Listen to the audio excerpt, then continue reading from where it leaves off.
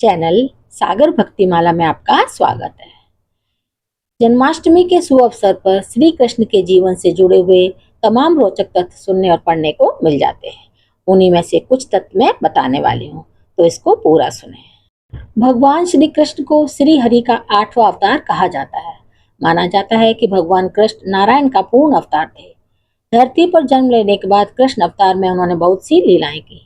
कान्हा से लेकर द्वारकाधीश श्री कृष्ण बनने तक उन्होंने बहुत कठिन सफर तय किया। हर साल भाद्रपद मास की कृष्ण पक्ष की अष्टमी तिथि को कन्हैया के जन्मोत्सव के रूप में मनाया जाता है।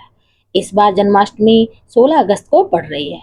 इस पावन अवसर पर हम आपको बताएंगे श्री कृष्ण के जीवन से जुड़े हुए ऐसे तथ्य जिनसे आप शायद अनजान हों।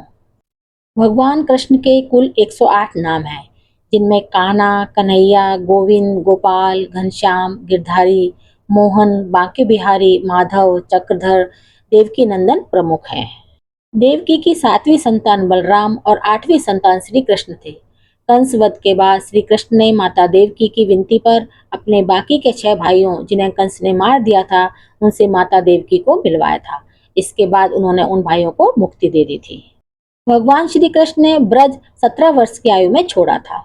उसके बाद वे सिर्फ एक बार राधा रानी से सिर्फ एक बार मिले, लेकिन उनका राधा रानी से संबंध ताउम्र आत्मा का रहा। राधा रानी को वे अपनी शक्ति और सोच मानते थे। श्री कृष्ण ही 64 कलाओं में निपुण बताए गए हैं। कहा जाता है कि उन्होंने ये 64 कलाएं गुरु संदीपनी से 64 दिनों में सीख ली थी। जब वे अपनी शिक्षा पूरी करके वापस लौट रहे थे, तब उन्होंने अपने गुरु संदीपनी को गुरु दक्षिणा के रूप में उनके मृत बेटे को वापस लौटाया था। भगवान श्री कृष्ण से भगवत गीता सबसे पहले अर्जुन के अलावा हनुमान और संजय ने भी सुनी थी।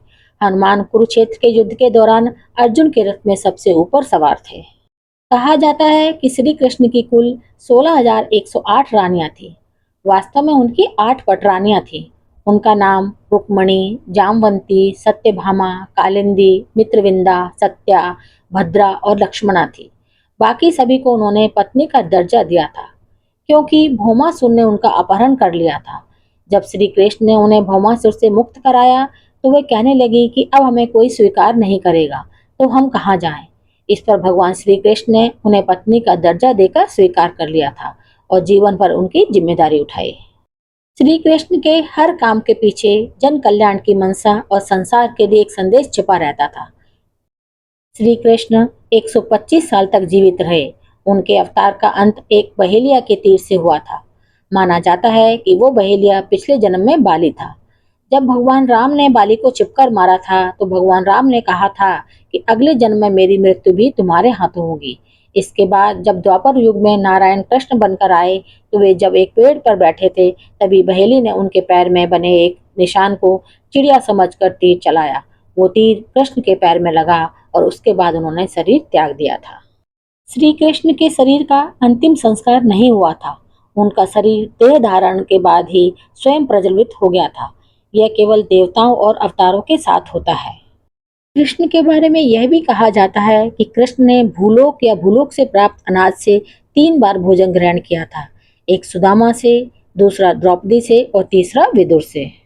एक तथ्य यह भी है कि महाभारत युद्ध में कर्ण ने श्री कृष्ण से प्रार्थना की थी कि उनके निधन के बाद उसका अंतिम संस्कार ऐसी जमीन पर हो जहाँ कोई पाप न हुआ हो। लेकिन संसार में भगवान को ऐसी कोई जगह नहीं मिली, तो उन्होंने अपने हाथों पर कर्ण का अंतिम संस्कार किया था। भगवान कृष्ण के जीवन से जुड़ी ये जानकारियाँ कई ग्रंथों और पुराणों से ली गई हैं। मेरे चैनल को सब्सक्राइब, शेयर और लाइक जरूर करें। कोई अच्छा सा कमेंट भी लिखें। धन्यवाद।